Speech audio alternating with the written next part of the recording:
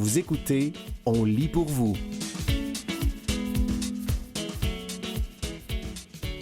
Les marches du bonheur, un texte de Marjorie Onoz, PhD et maman en fauteuil roulant, paru dans la revue Paraquad, numéro 163, été 2024. Comme une ours, je me retrouve trop souvent et trop facilement dans un état d'hibernation involontaire tous les hivers. Je pourrais sortir plus, c'est un fait, mais il fait froid, mes gants deviennent mouillés, mes roues restent prises dans la neige et les conditions routières sont souvent très similaires à celles du jour de mon accident. J'aurais donc toujours beaucoup de raisons de rester chez moi. Par contre, lorsque les beaux jours reviennent, je n'ai qu'une hâte, aller explorer, participer, jouer dehors, et là, j'ai toutes les plus belles raisons de sortir de chez moi. Depuis mon accident, je suis restée assez active. Dans ma tête, je n'avais pas vraiment le choix parce que je voulais montrer à Thomas, mon fils, que le fauteuil roulant ne nous empêcherait pas de faire ce que nous voudrions faire. Le défi était de trouver les activités qui sont accessibles. Une de mes activités préférées avant mon accident était de prendre des marches. Et tant que l'on trouve des pistes aménagées, cela reste l'activité probablement la plus accessible en fauteuil roulant. Avec Thomas, nous roulons un peu partout. Nos endroits préférés sont tous les parcs sur l'île de Montréal ou la Rive-Nord. Nous apprécions particulièrement la Chine et la Salle. Entre autres, la piste sur le bord de l'eau près du boulevard Saint-Joseph à la Chine. Là-bas, en partant de la 25e avenue et en se dirigeant vers l'ouest, on peut facilement faire une boucle de 5 km sans grande pente. On peut alors s'arrêter dans l'un des nombreux restaurants ou prendre un blizzard au Dairy Queen près du phare. La péninsule du parc René-Lévesque est aussi tout près et constitue un chemin piétonnier ou cyclable très apprécié. Un autre endroit qui nous permet d'apprécier le fleuve est la piste qui est parallèle au boulevard La Salle. Cette piste est un peu plus difficile car le chemin a une inclinaison vers le fleuve. En roulant, nous devons constamment nous réajuster pour aller droit. Par jour de grand vent, la promenade devient soit un peu plus difficile, soit un peu plus facile. D'autres promenades que nous aimons faire sur l'île de Montréal incluent le Cap Saint-Jacques et le parc Angrignon. Sinon, il y a le parc Nature, Laval, ou le parc du Mont-Saint-Bruno, Rive-Sud, qui nous permettent d'être encore plus dans la nature. Mais pour ceux-ci, je me promène avec ma chaise Trax qui me permet d'aller dans les sentiers, dans la boue et de passer par-dessus de petits obstacles. Pour joindre l'utile à l'agréable, nous allons aussi souvent près du marché Atwater. Nous commençons par une promenade sur le bord du canal La Chine et terminons en faisant quelques courses. Le marché Atwater est vraiment bien adapté et me permet d'accéder à la majorité des commerces. Quand j'ai la motivation, la marche du canal nous amène jusqu'au Vieux-Montréal. Il y a quelques sections moins praticables qui requièrent quelques manœuvres un peu plus difficiles, mais c'est faisable. Le Vieux-Montréal est rempli d'opportunités. En restant proche des quais sur la promenade, les chemins sont assez plats et nous permettent d'accéder au musée de la Pointe-à-Calière et au Centre des sciences, tous les deux accessibles, à plusieurs food trucks et restaurants. Il y a aussi une nouvelle activité de réalité virtuelle qui est à voir, l'Horizon de Khéops. Ils ont une fonctionnalité, fauteuil roulant, qui nous permet de vivre une expérience virtuelle comme tout le monde. Pour aller sur les rues plus commerçantes du Vieux, par contre, cela requiert parfois de la créativité et souvent de bons bras. Quand il était plus jeune, Thomas m'encourageait lorsque je montais la place Jacques-Cartier. Il savait déjà que j'accepterais difficilement de me faire pousser. Il avait donc appris à rester derrière moi, juste au cas, tout en me rappelant que je suis forte et capable. Avec de jeunes enfants, le parc olympique est un des endroits les plus agréables. Il nous permet d'explorer le jardin botanique, qui a souvent des activités ou des expositions temporaires. Une année, le jardin faisait des expériences démontrant la manière dont la musique influençait les plantes. L'expérience était magique. À côté, il y a aussi le biodôme, qui nécessite d'être accompagné en raison des nombreuses pentes, ainsi que l'insectarium et le planétarium. Ces deux dernières activités sont parfaites à faire par temps de pluie, par exemple. Le stade Saputo, qui est juste à côté, nous permet de regarder un bon match de soccer de l'équipe du CF Montréal. La pente pour accéder à l'entrée est à pic, mais les places réservées aux fauteuils roulants sont bien situées. C'est là où nous avons pu voir Messi jouer le 11 mai dernier. Sinon, j'adore rouler dans mon quartier et regarder les jardins de mes voisins. Les fins de semaine, j'aime particulièrement rouler jusqu'à la rue Monkland, une rue très animée de mon quartier. Ça me prend plusieurs heures et je m'arrête pour prendre mon pain à la meunerie, mes brochettes au maître boucher et pour me récompenser, je monte jusqu'à la rue Giroir où je me prends un bubble tea ou une petite crème glacée. Il y a une bonne inclinaison qui me fait travailler mes muscles et qui fait du bien, surtout quand je rentre et me laisse rouler allègrement. Mais pour un vrai bon entraînement, je vous suggère les sentiers du Mont-Royal, surtout celui qui monte jusqu'à la Croix. Peu importe où vous choisirez d'aller vous promener cet été, le simple fait de sortir et d'être entouré de monde vous sera bénéfique. D'une promenade à une autre, vous verrez une amélioration de votre capacité à rouler de façon efficace, de vos conditions respiratoires et cardiovasculaires. Avec la persévérance, vous ressentirez un peu l'euphorie que l'on ressent après avoir fait un bon exercice. Des promenades régulières améliorent aussi notre humeur et notre sommeil. Pour plus d'informations sur les parcs nature accessibles au Québec, allez voir les sites de Kéroul et de la CEPAC. Et bonne marche!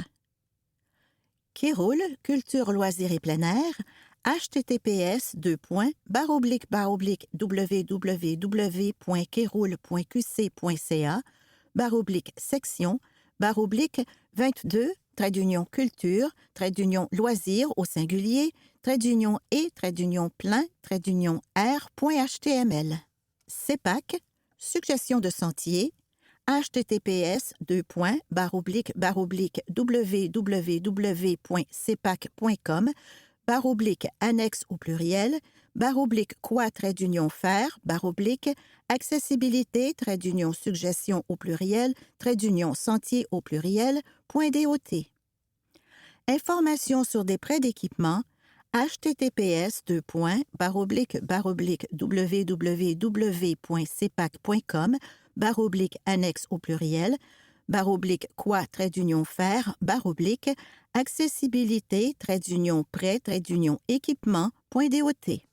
C'était Les marches du bonheur, un texte de Marjorie Onoz, PhD et maman en fauteuil roulant, paru dans la revue Paraquad numéro 163, été 2024.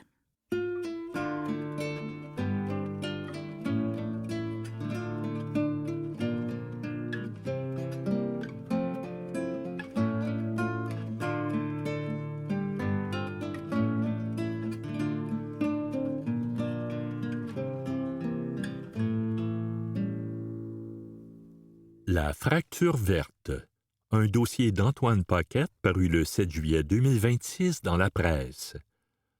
D'un côté du boulevard de l'Acadie, le bitume brûle.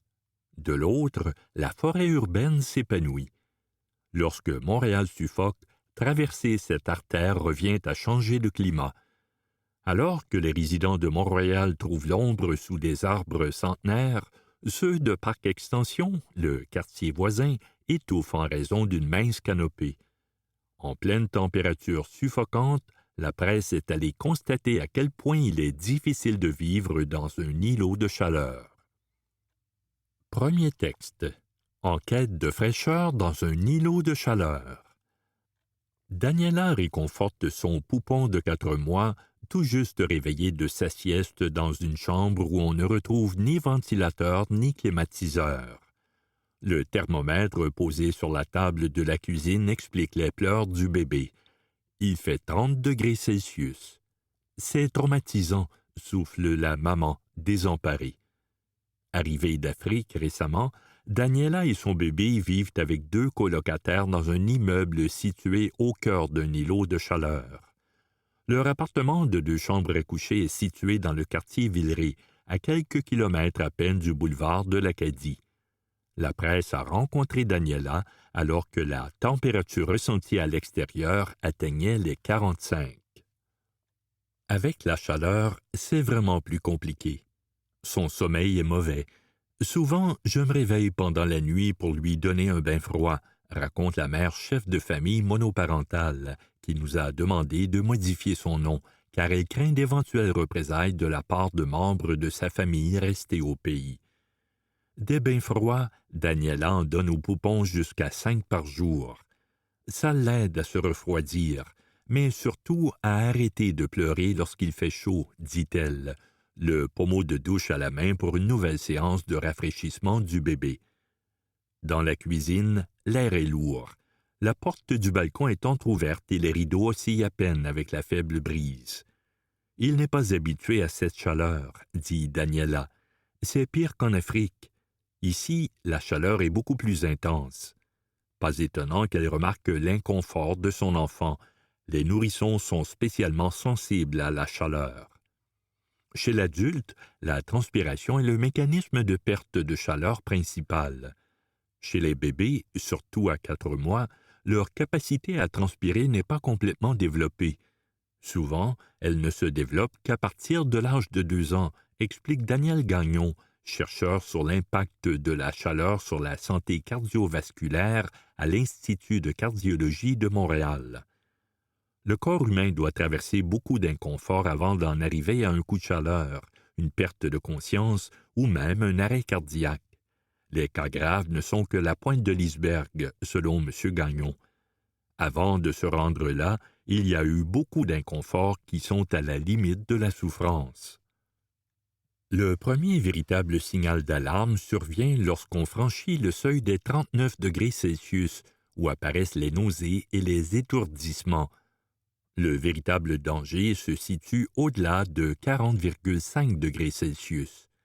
À ce stade-là, il s'agit d'un coup de chaleur qui peut s'avérer mortel s'il n'est pas traité d'urgence, souligne le docteur Gagnon.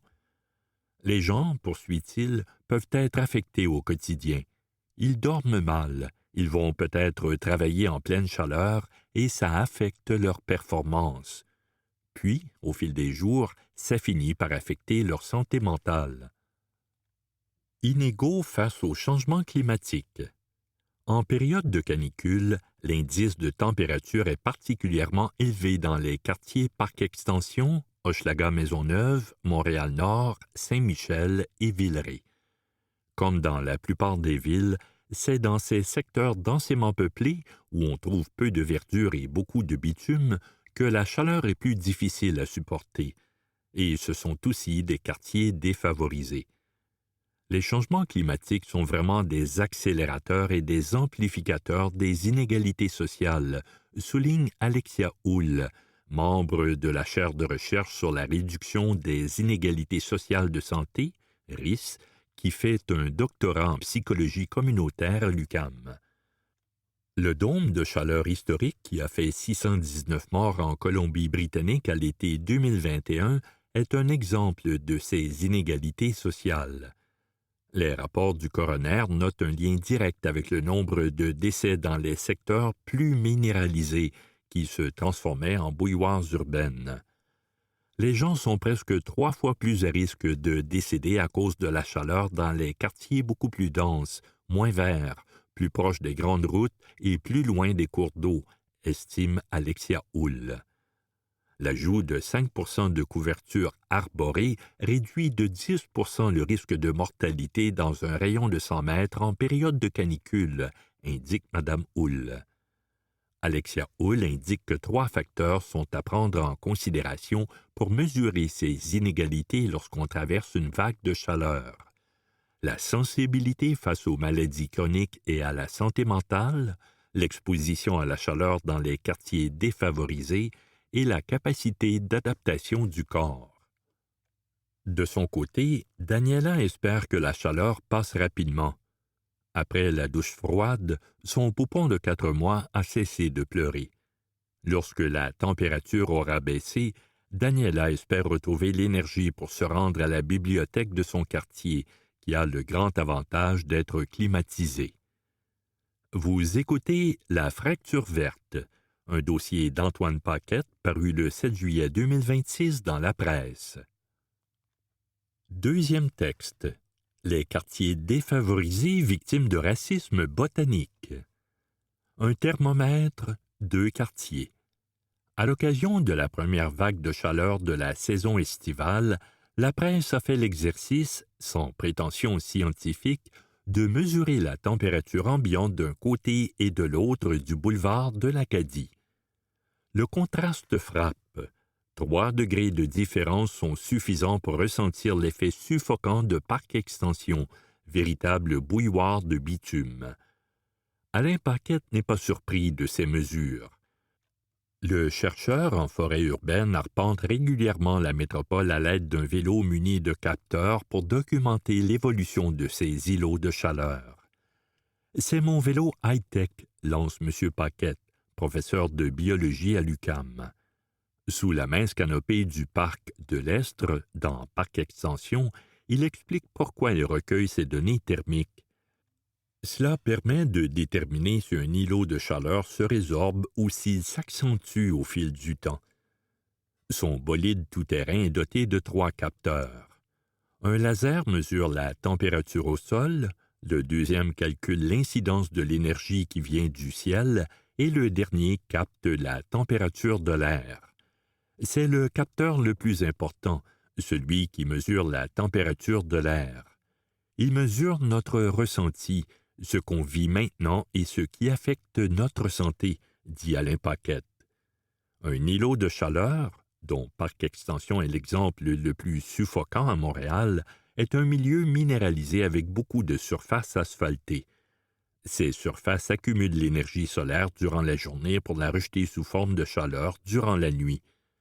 En plus d'être entassés sur un territoire près de 5 fois plus petit que celui de Mont-Royal, les résidents de Parc Extension, pourtant plus nombreux de 8 000 habitants, subissent un déficit vert. Leur indice de canopée plafonne à 11,8 % comparativement à 31,7 % pour leurs voisins. Les plus récentes cartes officielles des îlots de chaleur à Montréal datent de 2019. Pour Alain Paquette, il est crucial d'actualiser ces données afin de comprendre comment le déficit de canopée, dans des secteurs déjà vulnérables, contribue à amplifier les inégalités sociales. On ne mesure pas l'efficacité des efforts qui sont faits sur les personnes qui sont les plus susceptibles de développer des maladies liées aux températures élevées, dit Alain Paquette. Racisme botanique. Des facteurs historiques expliquent pourquoi certains quartiers ont été si bien pourvus en arbres au détriment d'autres secteurs, explique M. Paquette. Il y a des raisons qui sont propres au bâti, à l'architecture et à la façon dont les quartiers sont conçus, et il faut qu'on commence à revoir ça. Il y a aussi de la discrimination qui date d'époques antérieures, mais qui existe encore aujourd'hui, estime le professeur. Alain Paquette juge que ce racisme botanique est un problème de distribution des ressources vertes. C'est plus facile pour des populations mieux nanties qui ont un plus grand accès aux politiques de demander des arbres et de les recevoir, explique le professeur, qui est aussi chercheur au Centre d'études de la forêt, CEF. Les gens qui en ont le plus besoin, parfois, sont les personnes qui n'ont pas de voix, ou qui ne savent pas qu'ils ont une voix et qui ne demandent pas d'arbres, dit-il. Or, les arbres sont essentiels pour tempérer un quartier. Le rafraîchissement dû aux arbres, c'est un service écosystémique qui est rendu par des infrastructures vertes naturelles. Une bonne façon de réduire la chaleur, c'est en végétalisant, en déminéralisant le sol, soutient l'expert en forêt urbaine. On peut, par exemple, déminéraliser une cour de récréation scolaire en retirant l'asphalte et verdir en plantant quelques arbres. L'effort de canopée est évidemment important, mais ce ne sont pas juste les arbres.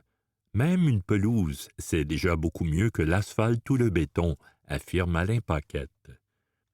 Le gouvernement ne reconnaît pas le fardeau de la chaleur, notamment chez les personnes vulnérables, selon Cyril Frazao, directeur santé et climat à l'Association pour la santé publique du Québec. Les populations les plus à risque et les familles démunies vivent trop souvent dans des quartiers où les logements sont inadéquats et privés de climatisation, déplore Cyril Frazao. Le code du bâtiment actuel est déficient. Il n'impose aucune norme pour envisager un refroidissement responsable. M. Frazao est membre de la Coalition québécoise pour un droit à la fraîcheur, une initiative visant à mieux protéger et prévenir la population face aux risques croissants liés à la chaleur. La coalition exhorte le Québec à se doter d'une stratégie nationale de refroidissement pour mettre fin à la maladaptation des milieux de vie. Vers l'atteinte de son objectif de plantation. Selon le plan climat 2020-2030 de la Ville de Montréal, verdir est une priorité. Et la Ville avance bien vers son objectif. En 2024, elle a planté 238 061 arbres sur son objectif d'1 demi-million d'ici 2030. Cette progression réjouit l'administration d'Ensemble Montréal. On avance très bien. On travaille avec des partenaires comme la Sauverdi pour cibler à la fois les terrains institutionnels, privés et publics, explique Gabriel Rousseau-Bélanger, responsable de l'environnement, de la transition écologique et des espaces verts au comité exécutif de la Ville de Montréal. Ces efforts ne sont toutefois pas suffisants, selon Alain Paquette. On dit qu'on veut augmenter la canopée d'un certain pourcentage, mais les motivations réelles, c'est diminuer l'incidence de maladies cardiovasculaires, augmenter le bien-être et réduire l'incidence d'autres maladies. En effet, même si la canopée totale de certains secteurs très touchés s'est améliorée, dans l'arrondissement de Villeray-Saint-Michel-Parc-Extension, elle est passée de 12 à 17 %, la superficie totale des îlots de chaleur diminue peu. Elle n'a régressé que de 0,4 % depuis 2020, selon le plan climat de la Ville. Avec la multiplication des canicules, Alain Paquette plaide pour repenser la ville et les mesures de verdissement. Après la vague de chaleur qui a déferlé sur Montréal au cours des derniers jours, on n'a plus le droit de dire que la chaleur intense est une exception, tranche le professeur. Ça va devenir la norme. C'était La fracture verte, un dossier d'Antoine Paquette paru le 7 juillet 2026 dans La Presse.